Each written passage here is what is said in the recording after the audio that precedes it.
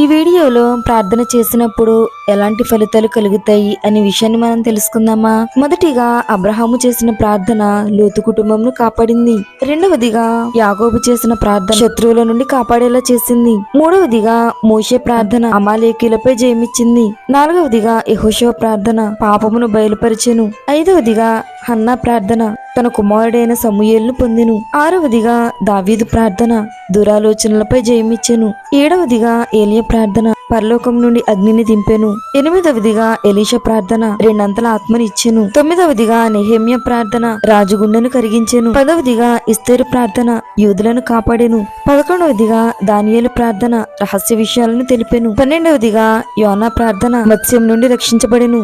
13వదిగా పేతురు ప్రార్థన ద్వారకాను తిరిగి బ్రతికించెను.